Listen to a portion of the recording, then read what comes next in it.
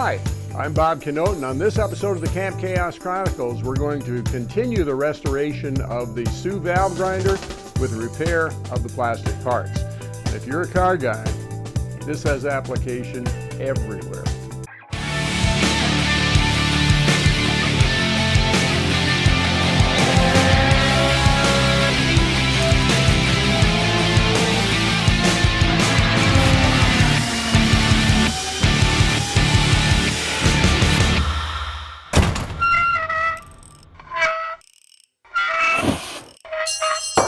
Dang it.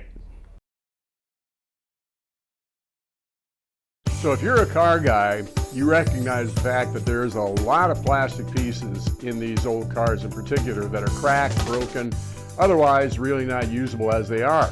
These techniques that you're going to see in this video can be used to repair these pieces, at least on the inside, so that you've got some structural integrity to them. Then all you got to do is figure out how to make them look like something on the outside.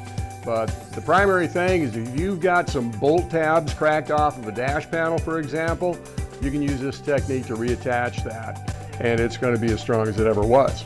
So pay attention. This is important stuff. As you can see, I've got one of the pieces that we talked about previously cleaned up to the point where we can really assess what we've got here. This is the part that takes the fluid and the grinding dust from the grinding operation and dumps it onto this tray. As you know, this one looked like this one prior to starting. And I tell you what, so far I've got more time in getting this thing clean than any other operation so far. Because it's not just a simple matter of taking this stuff and just swabbing it down with some kind of solvent. It dissolves and you wipe it away. What we've got here is actually, this stuff isn't as bad as it was on this part right here. On this part, it was actually as hard as the plastic, and luckily the plastic is more flexible because of what I had to do is take my putty knife like this and just bang it, and it would chip. I mean, this stuff still isn't great. But what this is a combination of the grinding dust coming off the grinding wheel for the grinding operation and what's left after the coolant evaporates. So it's kind of, you can see it's a fairly thick accumulation. So I'm going to take some time here and get this thing cleaned up, and then we'll talk about what we're going to do next.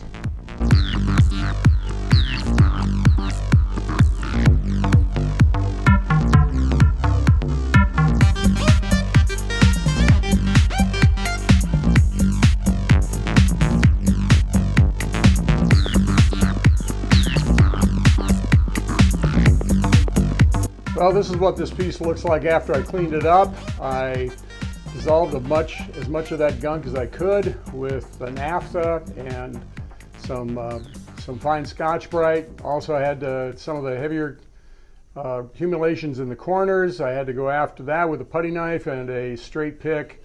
And then once I got it cleaned up really, really well, then I took it over to the sandblaster and I shot it with 120 grit aluminum oxide at about 30-35 psi. Don't want to get too aggressive, just wanted to kind of do a final clean on it and also give the paint and whatever else I'm going to try to stick to this thing a little bit of a surface to grip onto. So this one isn't cracked, it's not missing any parts. This is ready to paint right now, if I decide to paint it, which I will. This one, on the other hand, we've got a little bit of a problem with. As you can see right here, we've got a big chunk missing right there, which looks like a serious issue. Except we have the same thing here and we managed to fix it, and I'll show you how I did that later. Very simple thing. In order to do this, I needed a few tools and materials. First of all, a couple of 1/4 inch thick by 3/4 inch sticks that I coated with packing tape, which serves as a mold release. Got 2 of them like that, and a couple of spring clamps to hold them in place, a paper plate to mix resin on, and a material known in this part of the world as kitty hair because it has fiberglass. It's auto body filler that is infused with fiberglass strands. And this is more than enough for our application. And anyway, now you can see that I've got the catalyst measured out already, which is way too much for the quantity that we have here, but that will make it set up a little bit quicker, well, a lot quicker, so we're not waiting around all day for this, and it takes a little more time to set up hard, but it works fine for what we're doing right now. We're not sticking it to the side of a car.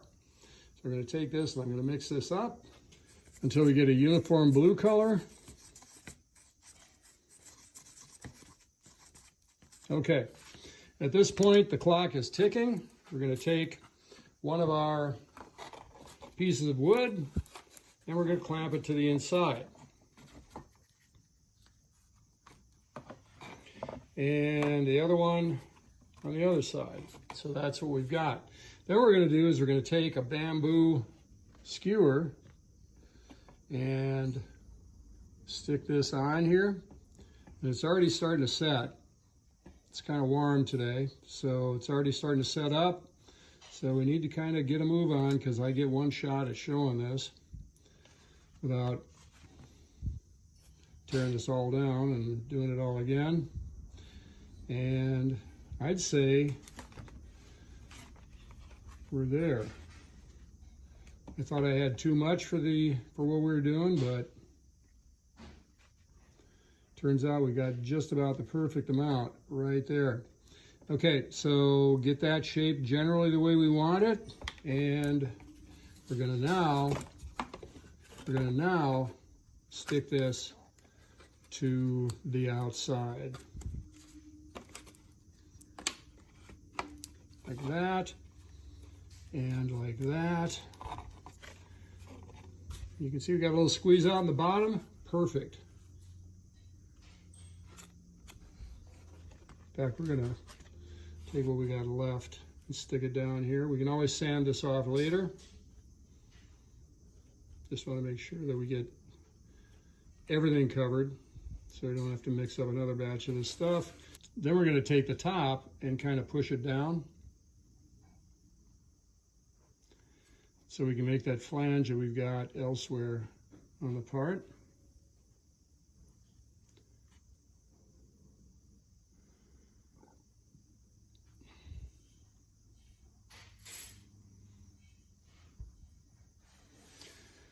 I thought I had way too much of this stuff mixed up. It turns out that it is. That's about perfect. We're going to let that set up. So let's see what we've got here. Pull the clamps, and these should just pop right off. Okay. Yeah. Like I said, we have a bit more on the outside here than what we need, but we can sand that down. And boom. Inside as well. Got a little bit of squeeze out in the bottom here, but not a problem. It's a matter of taking this and a sanding block and sort of shaping it to what we need. Now when I say I'm going to use a sanding block, this is what I'm talking about. What it is a piece of 1/2-inch plywood that I've got an inline sander, coarse strip, and a finer strip attached to it. And this has 1,000,001 uses, believe me. So that works really well for doing this sort of work right here to make sure that it's straight. Now if we look at this part, we can see that the repair is just about done. That gap is filled perfectly. Now you might be asking yourself, why am I spending probably 15 minutes talking about how to repair a coolant tray for a Sioux valve grinder? Well, the fact is that there is a ton of thermoform plastic parts on older cars that with age they crack and they have exactly this problem. And this enables you to actually fix that stuff. if you're going to shoot a coat of paint on top of this, nobody's going to be able to see this. Now, this repair, I mean, it's pretty stiff. It's really stiff. I used a Dremel to scuff up the edges of it, so I got a good hold on it. But I hold out no hope that this is not going to get bumped and break over time, particularly up here at the front end. So what I believe I'm going to do is take some fiberglass cloth, lightweight fiberglass cloth, and some epoxy resin, and coat this on the outside, maybe even on the inside. Being that this is in this orientation, when it's on the machine, it's doubtful that anyone would ever even notice that. So I think that's what we're going to do here. Now up here, I couldn't use the two-stick method to form this because it just wouldn't work out. You got a large radius right here, and you got this little spout on the bottom that would not lend itself well to that solution.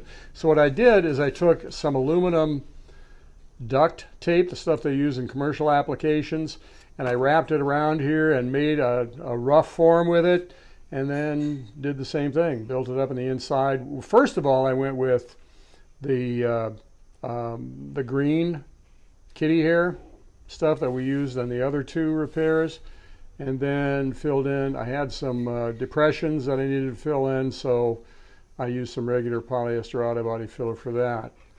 So I think we're going to coat this with fiberglass as well, because this is pretty flexible. In fact, it's cracked already along here, so we need to back this up. But we're well on the way to having a usable part here. Oh, also, right here, you can see that we've got a crack, which I'm going to repair with super glue, and then coat that with fiberglass as well, probably both on the inside and the outside. So here we've got our epoxy mixed 50-50 with a little spritz of denatured alcohol, just to the point where it's brushable. We want it to stick onto the fiberglass, but we don't want it to run off. We want it to hang in there. And you can see I've already got my fiberglass pieces already cut out, waited to go in. And also we got a clean brush. So we're going to take a little epoxy, brush it on the part,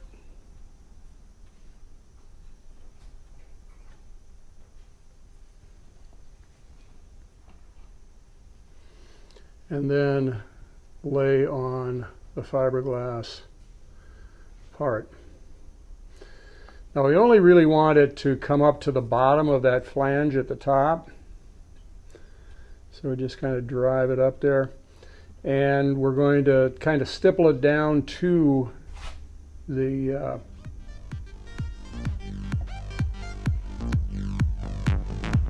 part.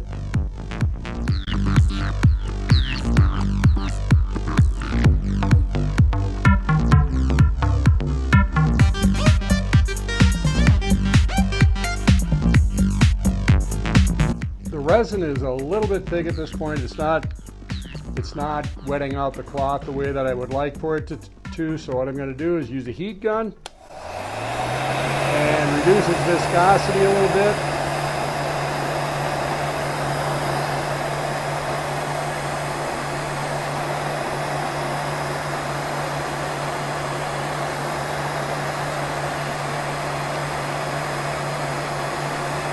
I don't know if you can see that, but it's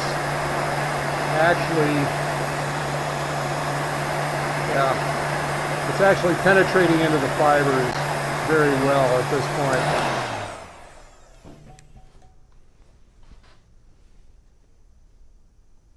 And that's what you'd like it to look like. Then I'm going to go ahead and do the rest of these. All repairs made. Now the end I did